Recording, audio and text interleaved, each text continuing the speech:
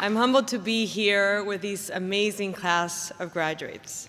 A special thanks to Dr. Frenk, the reason I'm here with you today, and more importantly, the person who inspired me and encouraged me to join the board of UM, which has enabled me to be part of such a special organization, a place you can all count yourselves fortunate to be a part of. It has been a little while since I was sitting where you are, attired in cap and gown, with people telling me that the world was for me to conquer. The fact of the matter is that while I still clearly remember being in my 20s, I can assure you I never experienced as a student what you have all experienced during your college years. COVID, lockdowns, Omicron, hurricanes, not the sports kind, social unrest, war in Ukraine, immigration crisis, food shortages, or having your final weeks on campus and finals coincide with the World Cup and the threat of France winning the championship. Vamos, Messi, vamos por la tercera.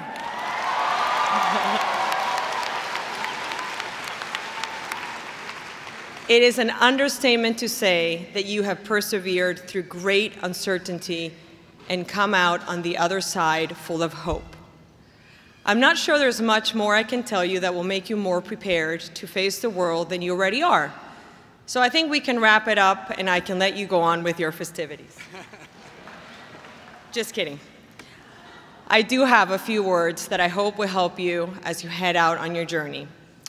I wanted to share with you what I found to be the simplest yet most interesting case study I studied during the Henry Crown Fellowship.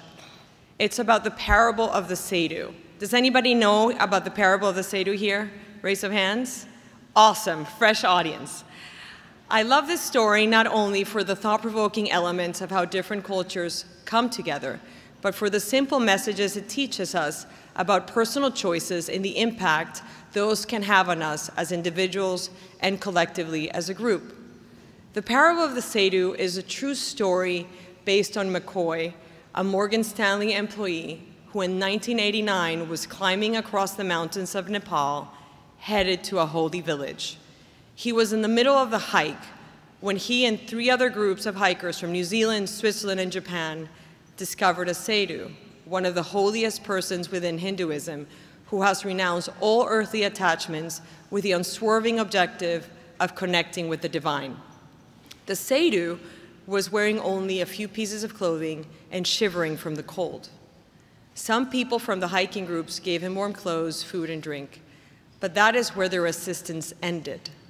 One person argued they should carry the Sadhu to the nearest village so that he could get the help that he needed, but no one else offered to help more than they already had. Each of the other people in the trekking groups were from different countries, and each offered a different reason for refusing to stop their hike to help bring the Sadhu to a safer place. In the end, they left the Sadhu lying on a rock in the sun to warm up and continue their journey. None of the hikers ever learned the fate of the Sadhu, whether he survived or he made it to safety. The story describes how each of the group members is focused heavily on reaching the holy place, that they ignore their ethical responsibility to a holy man. It highlights the tension that can arise between group and individual goals. Reaching the holy village was the single mission towards which all the hikers were focused. None of the individual hikers viewed it as their ethical responsibility to take care of the Sadhu. Only one team member wanted to stay behind and help the holy man, but he didn't get any support from other group members, so he continued on his hike. Often in the business world, time and social pressure influence people to act by instinct and inertia, rather than with logic and humanity. What made this case so memorable for me was the discussion that erupted in the classroom when the professor suggested that we divide into groups. The ones who would stay behind to bring the Sadhu back to the village, and the ones who would continue on the journey. Around 90% of the class said that they would stay behind to help the Sadhu, even if it meant not reaching the holy place. How do you think the class of 2022 would have responded? What would you have done and why?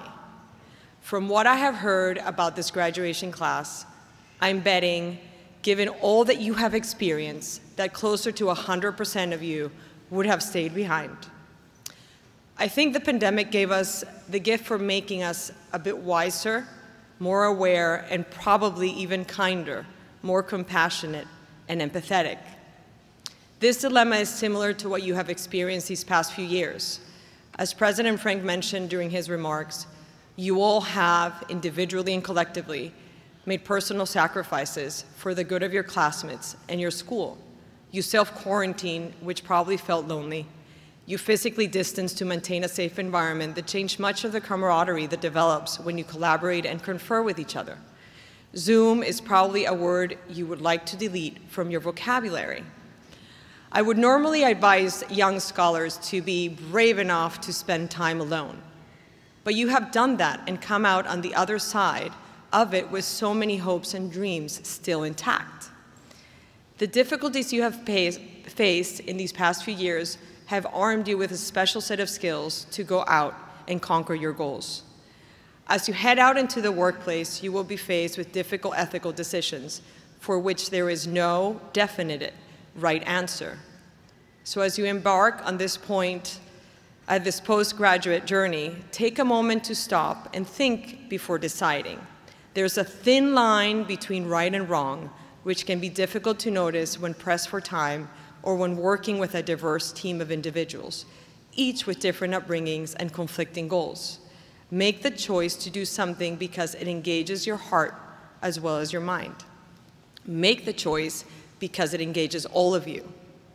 And whether things go right or wrong, accept responsibility for the choices that you make. A key component of wisdom is fearlessness, which is not the absence of fear, but rather not letting your fears get in the way. Do not fear failure, but please be terrified of regret. I will close by saying, you are graduating at a pivotal time with a great sense of hope and resilience to propel you. So I ask you, if you weren't afraid, what would you do? Congratulations. Thank you, Adriana, for those inspirational words and advice to our graduates. Thank you very much.